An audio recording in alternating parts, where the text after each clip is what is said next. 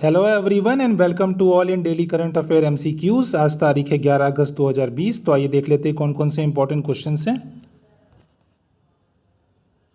Questions की ओर बढ़ने से पहले मैं आपको बता देना चाहता हूँ ये हमारे कुछ पेड सब्सक्रिप्शन हैं जिन्हें आप ले सकते हैं।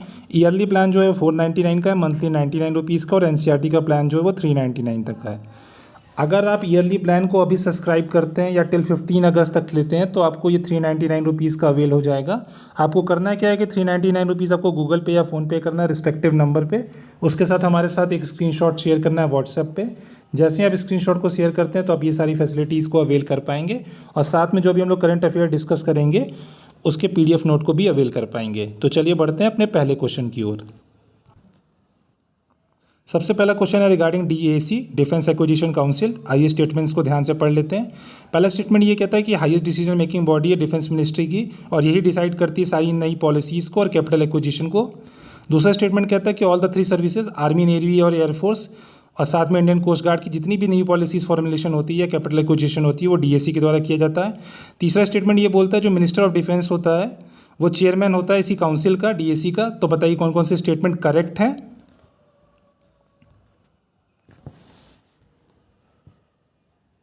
मैं आपको बता देना चाहता हूँ कि सारे के सारे स्टेटमेंट बिल्कुल करेक्ट हैं, तो डी ऑप्शन बिल्कुल करेक्ट हो जाता है। आइए जान लेते हैं कैसे। तो ये DAC के बारे में कुछ इन्फॉर्मेशंस हैं। आपको जैसे मैंने बताया कि हाईएस्ट डिसीजन मेकिंग बॉडी होती है डिफेंस मिनिस्ट्री की, तीनों सर्विसेज को रेंडर करती है, आर्मी, नेवी और एयरफोर्स, और साथ में इंडियन कोस्ट गार्ड को भी। मिनिस्टर ऑफ डिफेंस जो होता है वो चेयरमैन होता है इस काउंसिल का। और सबसे इंपॉर्टेंट बात है कि इस DAC का फॉर्मेशन ही क्यों हुआ। देखिए, जो पोस्ट कारगिल वॉर, मतलब कारगिल वॉर आपको पता है कि 1999 में हुआ था। उसके बाद नेशनल सिक्योरिटी सिस्टम में कुछ रिफॉर्म लाए गए थे।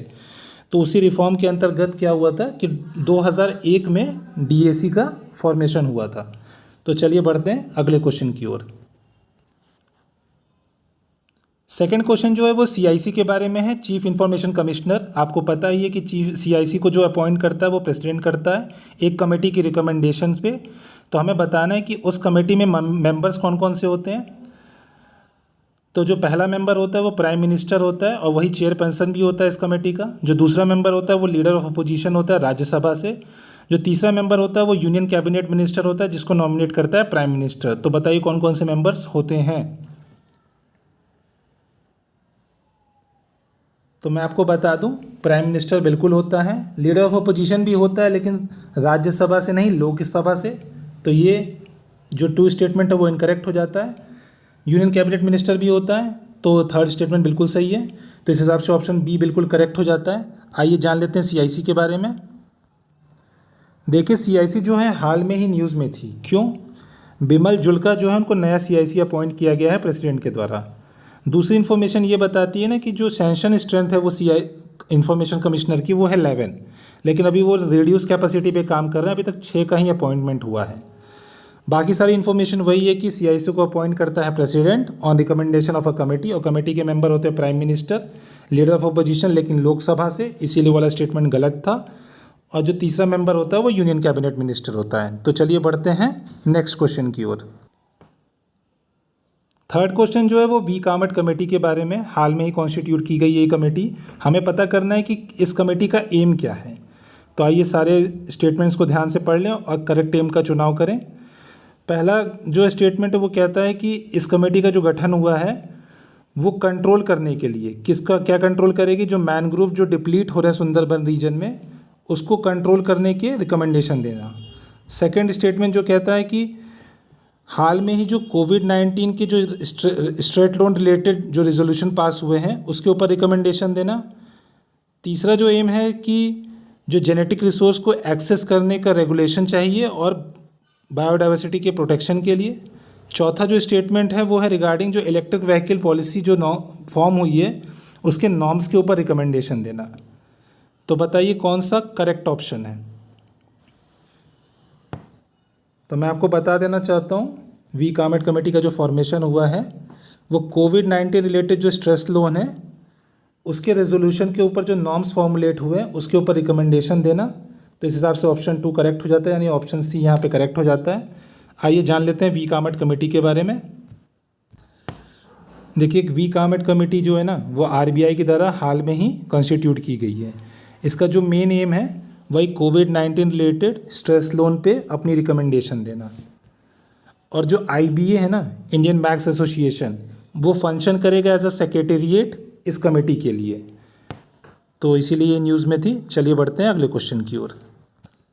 जो फोर्थ क्वेश्चन है वो रिगार्डिंग है बिजनेस कॉन्फिडेंस इंडेक्स के बारे में। आइए स्टेटमेंट्स को ध्यान से पढ़ लेते हैं। पहला स्टेटमेंट ये कहता है कि ये जो इंडेक्स है उसका जो सर्वे कंडक्ट करता है वो इंडियाज़ का लीडिंग इकोनॉमिक थिंक टैंक है जिसका नाम NCAER है। वो ईयरली बेसिस पे इस सर्वे को कंडक्ट करता है। दूसरा स्टेटमेंट ये कहता है कि जो NCAER है वो ट्रैक करता है 600 इंडियन कंपनीज़ के बिजनेस सेंटीमेंट को और उसके बाद उस डेटा को कंप्यूट करके कंपोजिट इंडेक्स का फॉर्मेशन करता है। तो बताइए करेक्ट स्टेटमेंट कौन सा है।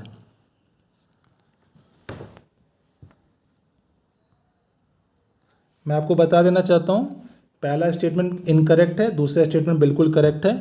पहला स्टेटमेंट इसलिए इनकरेक्ट है क्योंकि ये क्वार्टरली बेसिस पे करता है ना कि ईयरली बेसिस पे, इसलिए पहला स्टेटमेंट गलत हो जाता है। इस हिसाब से ऑप्शन बी बिल्कुल सही है। आइए जान लेते हैं इसके बारे में। आइए बिजनेस कॉन्फिडेंस इंडेक्स के बारे में जान लेते हैं। पहली इन्फॉर्मेशन यही दी गई है कि इंडिया का जो लीडिंग इकोनॉमिक थिंक टैंक है जिसका नाम है NCAER, वही कंडक्ट करता है क्वार्टरली सर्वे और रिलीज़ करता है बिजनेस कॉन्फिडेंस इंडेक्स को। दूसरा स्टेटमेंट यही बताता है कि इसमें 600 इंडियन कंपनीज़ के बिजनेस सेंटीमेंट को कंप्यूट किया जाता है ट्रैक करने के बाद, उसके बाद इस कंपोजिट इंडेक्स का फॉर्मेशन होता है। तो चलिए बढ़ते हैं अगले क्वेश्चन की ओर। जो फिफ्थ क्वेश्चन है वो इलेक्ट्रिक व्हीकल पॉलिसी के बारे में, नेशनल कैपिटल के लिए यानी दिल्ली के लिए। आइए स्टेटमेंट्स को ध्यान से पढ़ लेते हैं। पहला स्टेटमेंट ये कहता है कि जो इस पॉलिसी का जो एम है कि 25% इलेक्ट्रिक व्हीकल को कंस्टिट्यूट कर देना है 2024 तक। दूसरा स्टेटमेंट ये कहता है कि गवर्नमेंट ने रजिस्ट्रेशन फ़ी और रोड टैक्स को रिड्यूस करके हाफ कर दिया है अगर आप इलेक्ट्रिक व्हीकल खरीदते हैं तो। तीसरा स्टेटमेंट ये कहता है कि लोन के इंटरेस्ट रेट को भी कम कर दिया है अगर इलेक्ट्रिक कमर्शियल व्हीकल को परचेज करते हैं तो बताइए कौन सा स्टेटमेंट करेक्ट है।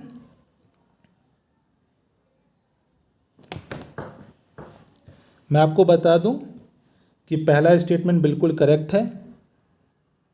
देखिए ये 25% का एम रखा गया है, होगा कि नहीं होगा लेकिन पॉलिसी में मेंशन्ड है तो हम इसको करेक्ट मान के चलेंगे।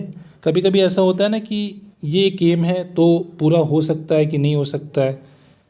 तो अगर यहाँ पे ऐसा लिख देता है कि हाँ ड्रास्टिकली इंक्रीज़ कर जाएगा नंबर ऑफ इलेक्ट्रिक व्हीकल्स 2024 तक, तो ये स्टेटमेंट गलत हो सकता था। लेकिन एक एम बना के चल रहे हैं कि 25% तक कम कर देंगे तो पॉलिसी में लिखा है तो ये स्टेटमेंट करेक्ट होगा। दूसरा स्टेटमेंट जो है कि रिड्यूस करके हाफ कर देंगे रजिस्ट्रेशन फ़ी को और रोड टैक्स को, ये स्टेटमेंट गलत है। रिड्यूस करके हाफ नहीं कर देंगे, कम्प्लीटली वेव ऑफ कर दिया। अगर आप इलेक्ट्रिक व्हीकल खरीदते हैं तो रजिस्ट्रेशन फ़ी और road tax completely waived of है।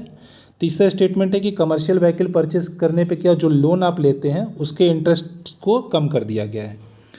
तो ये स्टेटमेंट बिल्कुल सही है। तो इस हिसाब से जो है ऑप्शन सी बिल्कुल करेक्ट हो जाता है। आइए जान लेते हैं इस पॉलिसी के बारे में।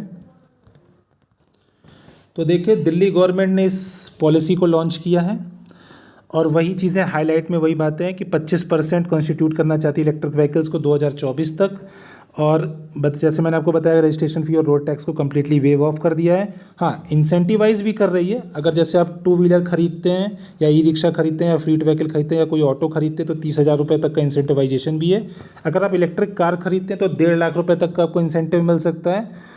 और जो लास्ट स्टेटमेंट है वो यही है कि लो इंटरेस्ट लोन प्रोवाइड हो सकता है अगर आप इलेक्ट्रिक कमर्शियल व्हीकल खरीदते हैं तो चलिए बढ़ते हैं अगले क्वेश्चन की ओर। क्वेश्चन 6 जो है वो कुछ इंपॉर्टेंट सिटीज़ के बारे में है। सारी सिटीज़ के नाम मेंशन है। आपको करना क्या है, इसको साउथ टू नॉर्थ के डायरेक्शन में लगाना है। तो सिटीज़ के नाम ऐसे हैं विशाखापट्टनम, कुर्नूल और अमरावती। तो आप इसको जल्दी से बताइए कि साउथ टू नॉर्थ लगाएंगे तो कैसे अरेंज होगा ये। तो मैं आपको बता देना चाहता हूँ कि अगर आप साउथ से चलना शुरू करेंगे तो सबसे पहले पहुँचेंगे आप कुर्नूल के बाद आप पहुँचेंगे अमरावती के बाद आप पहुँचेंगे विशाखापट्टनम जिसको कहते हैं आप वाइजैक। तो बताइए कौन सा स्टेटमेंट सही हुआ। तो इस हिसाब से 2, 3 और 1, 2, 3, 1 किस में, सी में। तो सी ऑप्शन करेक्ट हो जाता है। आइए जान लेते हैं इसके बारे में। हाल में ही ना जो आंध्र प्रदेश था ना वो न्यूज़ में था एक एक्ट की वजह से। उस एक्ट का नाम है decentralisation and inclusive development of all region act 2020। तो इसीलिए इस क्वेश्चन को फॉर्म किया गया और कुछ इंपॉर्टेंट जगह को पिकअप किया गया है। आइए जान लेते हैं सारी जगहों की इंपॉर्टेंस क्या है। देखिए जो अमरावती है ना वो लेजिस्लेटिव कैपिटल है, और जो विशाखापट्टनम है वो एग्जीक्यूटिव कैपिटल है, और जो कुर्नूल है ना वो जुडिशियल कैपिटल है। तो इसीलिए तीनों जो इम्पोर्टेंट प्लेसेस उनको पिक किया गया है। एक बार फिर से देख लीजिए, कुर्नूल देखिए कहाँ पे लोकेटेड है, अमरावती कहाँ पे लोकेटेड है, और विशाखापट्टनम कहाँ पे लोकेटेड है। तो आप कुछ निमोनिक्स भी बना सकते हैं, KAV, कुछ बना तो नहीं। चलिए बढ़ते हैं अगले क्वेश्चन की ओर। 7th क्वेश्चन जो है वो काफकास्ट 2020 के बारे में हाल में ही में न्यूज़ में था। आइए स्टेटमेंट्स को ध्यान से पढ़ लेते हैं। पहला स्टेटमेंट कहता है कि ये एक Russian strategic command post exercise है। दूसरा स्टेटमेंट ये कहता है कि इंडिया इस जो एक्सरसाइज में भाग लेगा वो अगले महीने लेगा। तो बताइए कौन सा स्टेटमेंट करेक्ट है। मैं आपको बता देना चाहता हूँ दोनों के दोनों स्टेटमेंट बिल्कुल करेक्ट है, तो ऑप्शन सी करेक्ट हो जाता है। आइए जान लेते हैं कैसे। देखिए काफकास्ट जो 2020 है ना वो Russian strategic command post exercise है, इसलिए पहला स्टेटमेंट बिल्कुल करेक्ट था। दूसरा स्टेटमेंट भी इसलिए करेक्ट था क्योंकि इंडिया इसमें पार्टिसिपेट करेगी। अदर इन्वाइटीज इसमें जो है वो चाइना और पाकिस्तान भी है। तो यही इन्फॉर्मेशन है इसके बारे में। तो चलिए बढ़ते हैं अगले क्वेश्चन की ओर। 8th क्वेश्चन जो है वो ट्रांसशिपमेंट हब के बारे में हाल में ही न्यूज़ में था। आइए स्टेटमेंट्स को ध्यान से पढ़ लें। पहला स्टेटमेंट कहता है कि जो ट्रांसशिपमेंट हब है वो फैसिलिटी प्रोवाइड करता है कार्गो के मूवमेंट को एक वेसल से दूसरे वेसल में, जब तक कि कार्गो अपने फाइनल डेस्टिनेशन के ट्रांजिट में है, जब तक अपना जो कार्गो है वो फाइनल डेस्टिनेशन तक रीच नहीं कर जाता। दूसरा स्टेटमेंट ये कहता है कि हाल में ही कोची में इस ट्रांसशिपमेंट हब को प्रपोज किया गया है। तो बताइए कौन सा स्टेटमेंट करेक्ट है। मैं आपको बता देना चाहता हूँ जो पहला स्टेटमेंट है वो करेक्ट है, लेकिन दूसरा स्टेटमेंट इनकरेक्ट है। बहुत लोगों को लगेगा दूसरा स्टेटमेंट भी करेक्ट है। हाँ, हाल में कोची में भी किया गया है इस ट्रांसशिपमेंट हब को अनाउंस, लेकिन ये इस बात को हो गए करीबन 1 महीने। लेकिन रिसेंटली अंडमान एंड निकोबार में भी एक ट्रांसशिपमेंट हब को अनाउंस किया गया प्राइम मिनिस्टर के द्वारा, इसलिए स्टेटमेंट 2 इनकरेक्ट हो जाता है। इस हिसाब से जो ऑप्शन ए है वो बिल्कुल करेक्ट है। आइए जान लेते हैं इसके बारे में भी। तो हाल में ही एक ट्रांसशिपमेंट हब को प्रपोज किया गया अंडमान एंड निकोबार आइलैंड में, इसीलिए न्यूज़ में था। अब बात कर लेते हैं ट्रांसशिपमेंट हब बनेगा कहाँ। ये कहाँ बनेगा, साउथ बे में, ग्रेट निकोबार आइलैंड है उसी के पास। अब बात ये हो रही है कि इससे फ़ायदा क्या होगा। देखिए अभी क्या है कि इंडिया में कोई भी ट्रांसशिपमेंट हब है नहीं। हम क्या करते हैं, हम अल्टरनेटिव के तौर पे दूसरे ट्रांसशिपमेंट हब की मदद लेते हैं, जैसे कोलंबो श्रीलंका, सिंगापुर में और मलेशिया में। अगर अपना खुद का होगा तो अच्छा खासा रेवेन्यू जनरेट भी करेगा, और रेवेन्यू जो खर्च होता है ट्रांसशिपमेंट में उसको बचाएगा भी। तो इसलिए ट्रांसशिपमेंट हब की बहुत ज़्यादा ज़रूरत है। देखिए हाल में ही जो ट्रांसशिपमेंट हब है ना वो Kochi international container transshipment terminal ICTT जो कि है, इसमें मिनिस्ट्री ऑफ शिपमेंट ने भी रिव्यू किया है इसके डेवलपमेंट के लिए, और उसको लोकली नाम से जाना जाता है वल्लरपदम टर्मिनल के नाम से। तो कोची में जो बन रहा है वो पहला बन रहा है, और जो अंडमान निकोबार में है वो दूसरा प्रपोज किया गया है, इसलिए न्यूज़ में था। तो चलिए बढ़ते हैं आगे। तो आइए एक बार लोकेशन को मैप में भी देख लेते हैं। देखिए जैसे ये है ग्रेट निकोबार, तो ग्रेट निकोबार है आइलैंड है, तो यहाँ पे साउथ में बनेगा जो ये कोस्टल एरिया है इसका, यहीं पे बनेगा ट्रांसशिपमेंट हब। अब देखिए ट्रांसशिपमेंट हब बनने का फ़ायदा क्या होता है, इसका मकसद क्या है। देखिए मान लीजिए कोई यहाँ से अफ्रीका से कोई कंसाइनमेंट चलता है, अब उसने बहुत सारे कार्गो को लोड किया हुआ है, लेकिन क्या होता है कि वो आता है श्रीलंका में, बहुत सारे कार्गो को अनलोड कर देता है। उसके बाद बहुत कम कार्गो बच जाता है जिसको ले जाना है मान लीजिए चाइना तक। तो क्या होगा, कार्गो आएगा, चाइना तक जाना होगा, उसको लगेगा कि यार बहुत कम कार्गो है, इतना दूर तक चाइना तक हम जाएंगे, इतना एक्सपेंडिचर होगा मेरा, तो वो फिजिबिलिटी नहीं दिखती है। तो वो क्या करेगा, अंडमान निकोबार आइलैंड पे आएगा, और यहाँ पे जो ग्रेट निकोबार में हमारा जो ट्रांसशिपमेंट हब बना है वहाँ पे रुकेगा। और इस ट्रांसशिपमेंट हब से मान लीजिए कोई और वेसल है जो जा रहा होगा चाइना की ओर, तो ये करेगा क्या कि यहाँ पे अपने कार्गो को अनलोड करके दूसरे वाले वेसल पे लोड कर देगा जिस पे जगह होगी, और वो कार्गो तो ऑलरेडी चाइना जा ही रहा था, तो उस वेसल के वजह से वो चाइना तक पहुँच जाएगा, और उसका एक्सपेंडिचर जो यहाँ पे बहुत ज़्यादा कट हो जाएगा। तो इससे क्या होता है, फ़ायदा होता है। और हमको क्या फ़ायदा होगा उससे, देखिए उसको अनलोड करके लोड करने की वजह से क्या होगा, एक तो हमें यहाँ पे कंसाइनमेंट और मिलेगा, दूसरा अनलोडिंग और लोडिंग की जो प्रक्रिया होती है उसका कुछ चार्जेस होता है जिसकी वजह से अच्छा खासा रेवेन्यू कलेक्ट होगा। तो यही ट्रांसशिपमेंट हब के बारे में बात है। चलिए बढ़ते हैं अगले क्वेश्चन की ओर। जो 9th क्वेश्चन है ना वो सबमरीन केबल प्रोजेक्ट के बारे में है। पहला स्टेटमेंट ये कहता है कि ये 2300 किलोमीटर लंबी सबमरीन ऑप्टिकल फाइबर केबल है जिसको लेट डाउन किया जा रहा है। दूसरा स्टेटमेंट कहता है कि ये जो फाइबर है वो कनेक्ट करेगा चेन्नई, पोर्ट ब्लेयर और 7 अदर आइलैंड्स को। तीसरा जो स्टेटमेंट कहता है कि ये प्रोजेक्ट जो है वो एक्सिक्यूट किया जा रहा है BSNL के द्वारा और TCIL के द्वारा। तो बताइए कौन सा स्टेटमेंट करेक्ट है। मैं आपको बता देना चाहता हूँ सारे के सारे स्टेटमेंट करेक्ट है, तो डी ऑप्शन करेक्ट हो जाता है। आइए जान लेते हैं कैसे। तो इस केबल प्रोजेक्ट को जो लॉन्च किया गया है इसलिए किया गया है कि जो आइलैंड कंट्रीज़ हैं या जो आइलैंड स्टेट्स हैं उनको डिजिटली इंडिपेंडेंट करने के लिए 2300 किलोमीटर लंबी केबल है। बिल्कुल सही बात है। चेन्नई, पोर्ट ब्लेयर और 7 अदर आइलैंड को कनेक्ट करेगी। और ये जो कनेक्टिविटी प्रोजेक्ट है ना वो फंड की गई है सेंटर के द्वारा, यूनिवर्सल सर्विस ऑब्लिगेशन फंड से, मिनिस्ट्री ऑफ कम्युनिकेशन के अंडर। और लास्ट जो है वही है कि भारत संचार निगम लिमिटेड द्वारा BSNL द्वारा एक्सिक्यूट की जाएगी और TCIL इसका टेक्निकल कंसल्टेंट है। तो चलिए बढ़ते हैं लास्ट क्वेश्चन की ओर। अभी हम लोग पिछले क्वेश्चन में सबमरीन केबल प्रोजेक्ट के बारे में जाना, अब सबमरीन कम्युनिकेशन केबल के बारे में जान लेते हैं। पहला स्टेटमेंट ये कहता है कि एक केबल है जिसको सी के बेड में बिछाया जाएगा 2 लैंड बेस्ड स्टेशंस के बीच में, जो कि ट्रांसमिट करेगी टेलीकम्युनिकेशन सिग्नल्स को ओशियन के अंदर ही अंदर। दूसरा स्टेटमेंट कहता है कि एक ऑप्टिकल फाइबर है जिसको कोट किया जाएगा ग्राफीन की लेयर से, उसके बाद इसको एक प्रोटेक्टिव ट्यूब में कंटेन किया जाएगा जो कि एनवायरनमेंट के लिए एकदम सूटेबल है, जहाँ पे इसको डिप्लॉय किया जाएगा। तीसरा स्टेटमेंट कहता है ना कि जो सैटेलाइट से हम लोग इंटरनेट कनेक्शन यूज़ करते हैं उससे ये फार बेटर है, मोस्ट रिलायबल है और कॉस्ट एफिशिएंट भी है और लार्जर कैपेसिटी भी है। तो बताइए कौन सा स्टेटमेंट करेक्ट है। मैं आपको बता देना चाहता हूँ पहला स्टेटमेंट बिल्कुल करेक्ट है, दूसरा इनकरेक्ट है और तीसरा बिल्कुल करेक्ट है। तो आइए जान लेते हैं कि दूसरा इनकरेक्ट क्यों है और जो करेक्ट ऑप्शन है वो क्या है। करेक्ट ऑप्शन यहाँ पे बी है। तो आइए बढ़ते हैं इन्फॉर्मेशन की ओर। तो देखिए जो केबल की बात कर रहे थे उसको ले तो किया जाएगा सी बेड में, तो इसलिए पहला स्टेटमेंट बिल्कुल करेक्ट था। दूसरा स्टेटमेंट इनकरेक्ट इसलिए था कि वहाँ पे ग्राफीन की लेयर नहीं होगी, प्लास्टिक की लेयर होगी, इसलिए इनकरेक्ट था। और जो तीसरा स्टेटमेंट है ना उसमें यही मेंशन है कि इसका जो इंटरनेट कनेक्शन है वो ज़्यादा रिलायबल है, कॉस्ट एफिशिएंट और लार्जर कैपेसिटी का है। तो चलिए आगे बढ़ते हैं। Okay, that's the end of video. Thank you for watching it. Please do like and subscribe. और एक इन्फॉर्मेशन मैं आपको और देना चाहता हूँ, अगर हमारे आप फ्री स्टडी मटेरियल को अवेल करना चाहते हैं तो आप हमारे टेलीग्राम ग्रुप को ज्वाइन कर सकते हैं। टेलीग्राम का जो ग्रुप का है वो लिंक डिस्क्रिप्शन बॉक्स में आपको मिल जाएगा।